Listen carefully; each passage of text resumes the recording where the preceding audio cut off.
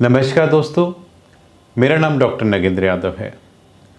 कबूतरों को खाने में क्या देना चाहिए? देखिए, ये एक बहुत ही इंटरेस्टिंग टॉपिक है और इसमें आपको पता है कि बर्ड्स की फिजिकल एफिशिएंसी के आधार पे हमें जो है बर्ड्स को डाइट देनी चाहिए।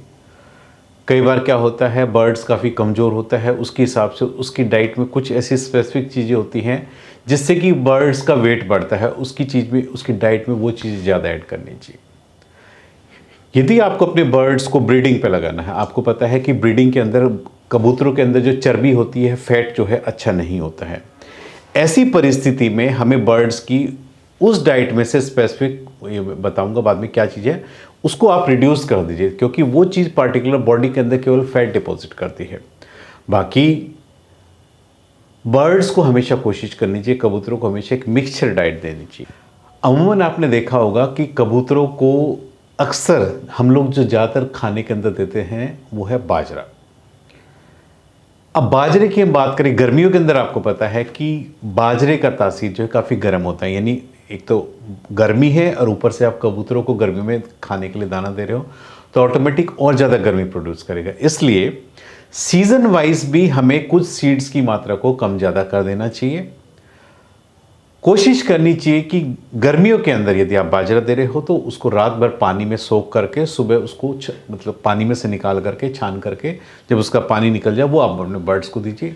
इस तरह का जो दाना होता है कबूतरों के लिए, एक तो जो गर्मी थी बाजरे के अंदर वो ख़त्म होगी, अब वो ठंडा हो चुका है, यानी बर्ड्स को फ़ायदा पहुँचाएगा गर्मियों के अंदर। दूसरा, भीगने के बाद बाजरा जो है थोड़ा सॉफ्ट हो जाता है। आपको पता है सॉफ्ट डाइट जो होती है बर्ड्स इजीली डाइजेस्ट करता है, और डाइजेस्ट करके आप ये कह सकते हो कि शरीर में लगता भी है। पहली जो चीज़ है बर्ड्स की डाइट में, कबूतरों में बाजरा। बाजरे के साथ साथ आप अपने बर्ड्स को चना दे सकते हो। चना लेकिन एक लिमिटेड डाइट में। आपको पता है कि चना प्रोटीन का एक बहुत ही अच्छा सोर्स होता है।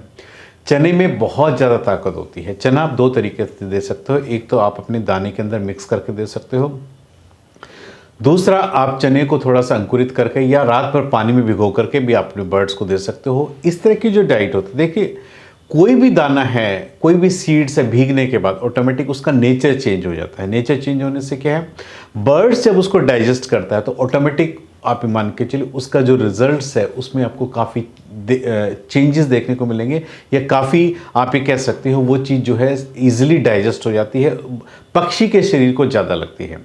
तो पहला हो गया बाजरा, चना, मक्का आप अपने बर्ड्स को दीजिए। मक्के का मैं थोड़ा डिटेल में बताऊंगा कि मक्का कब देना चाहिए, कब नहीं देना चाहिए, और मक्का देने के नुकसान क्या है। तो मक्के के बारे में, ज्वार जो होती है हमेशा ठंडी होती है, इसलिए गर्मियों के अंदर यदि आप सीड्स की क्वांटिटी, आप मिक्सचर, एक आप इस तरह का सीड मिक्सचर आप दे रहे हैं अपने कबूतरों को, क्योंकि आपको पता है कि हर सीड्स में एक क्वालिटी होती है, हर की प्रोटीन वैल्यू, विटामिन्स, मिनरल्स, ये हर सीड्स में अलग अलग होता है। इसलिए जो ज्वार होती है, इसको सोरगम बोलते हैं, ये जो है ठंडी होती है गर्मियों में, तो इसलिए कबूतरों को यदि गर्मी में ज्वार देंगे तो अंदर से उसको ठंडा तासीर होने से आपके बर्ड्स को गर्मी में से काफ़ी रिलीफ मिलेगा। कुछ दालें भी जो हैं आपको बर्ड्स की दाने के अंदर मिक्स करके देनी चाहिए। आपको पता है जितनी भी दालें या पल्सेस ये सब प्रोटीन का अच्छा सोर्स होती हैं। बर्ड्स की ग्रोथ के लिए प्रोटीन चाहिए। आपको पता है कि protein building blocks of the body का होता है, यानी शरीर की ताकत के लिए प्रोटीन चाहिए होता है। इसलिए इस दाने के अंदर आप मूंग की दाल, चने की दाल या उड़द मसूर की दाल भी आप थोड़ा थोड़ा मिक्सचर करके यदि आप अपने बर्ड्स को कबूतरों के दाने में देंगे तो उसको बर्ड्स काफ़ी एंजॉय करेंगे, और ये चीज़ें कहीं ना कहीं बर्ड्स की सेहत को फ़ायदा ही पहुंचाएंगी। एक जो चीज़ हमें सर्दियों में देनी चाहिए, अपने गर्मियों में उसको नहीं देना चाहिए। आपको पता है जैसे ही मौसम में बदलाव होता है बर्ड्स की बॉडी में ड्राइनेस आनी शुरू हो जाती है, यानी उनकी जो स्किन है काफ़ी शुष्क हो जाती है। तो ऐसी में हमें कोई ऑयली बेस वाला ऐसा सीड देना चाहिए जिसमें ऑयल परसेंटेज ज़्यादा हो। आपने सरसों के दाने देखे होंगे, सरसों आती है, एक मोटी सरसों, एक पतली सरसों। आप 5 से 10% अपने दाने के अंदर यदि सरसों के दाने मिक्स करके देते हो तो आप देखेंगे कि बर्ड्स जो है उसको जब खाते हैं तो ऑटोमेटिक उसकी उनकी जो स्किन में जो ड्राइनेस है, जो मौसम में बदलाव है, डेंड्रफ जैसे टाइप का हो जाता है कबूतरों की बॉडी में, ये सरसों देने से, उनके दाने मिक्स करके ऑटोमेटिक आपकी ये प्रॉब्लम सॉर्ट आउट हो जाएगी। क्योंकि आपको पता है कि बर्ड्स की बॉडी में नेचुरल ऑयल सीक्रेट होता है उनके फेदर्स में शाइनिंग के लिए। और जब आप ऑयल बेस की इस तरह की डाइट आप दोगे तो आपके कबूतर के जो पंख हैं ऑटोमेटिक वो बिल्कुल शाइनिंग करते हुए नज़र आएंगे, यानी किसी भी तरफ की, क्योंकि डेंड्रफ होने से क्या होता है, जब ड्राइनेस ज़्यादा हो जाती है तो बर्ड्स अपने फेदर्स को भी रगड़ना शुरू कर देता है, इचिंग स्टार्ट कर देता है।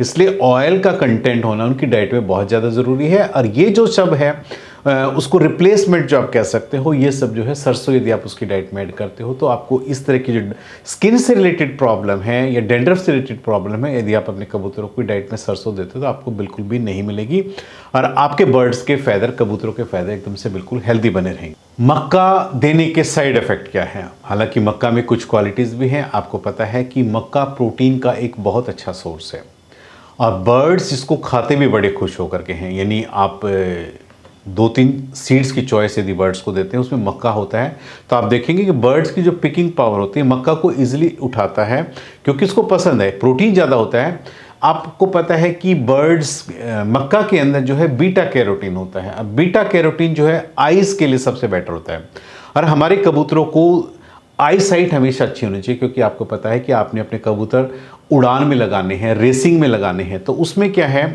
उनकी जो आई का विजन है वो प्रॉपर होना चाहिए। प्रॉपर किस लिए?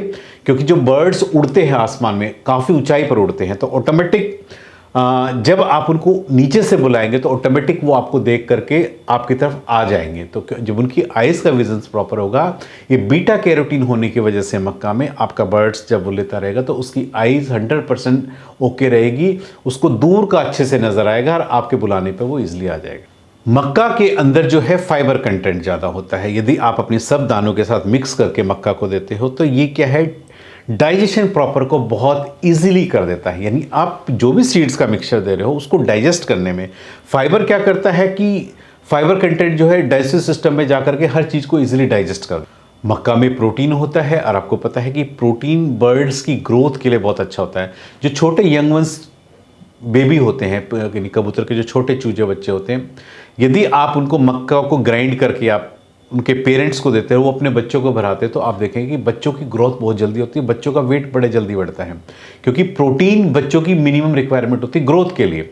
और प्रोटीन सबसे ज़्यादा किस में होता है? मक्का में। इसलिए अपने छोटे बच्चों की डाइट में आप मक्का के दाने को ग्राइंड किया हुआ पानी में भिगो करके भी आप उनको देते हो खाने के लिए। जब आपका बच्चा सेल्फ फीड पे आ गया तो आप देखेंगे कि ग्रोथ अच्छी होगी, उसका जो डे बाई डे है उसका वेट काफ़ी बहुत जल्दी इंक्रीज करेगा।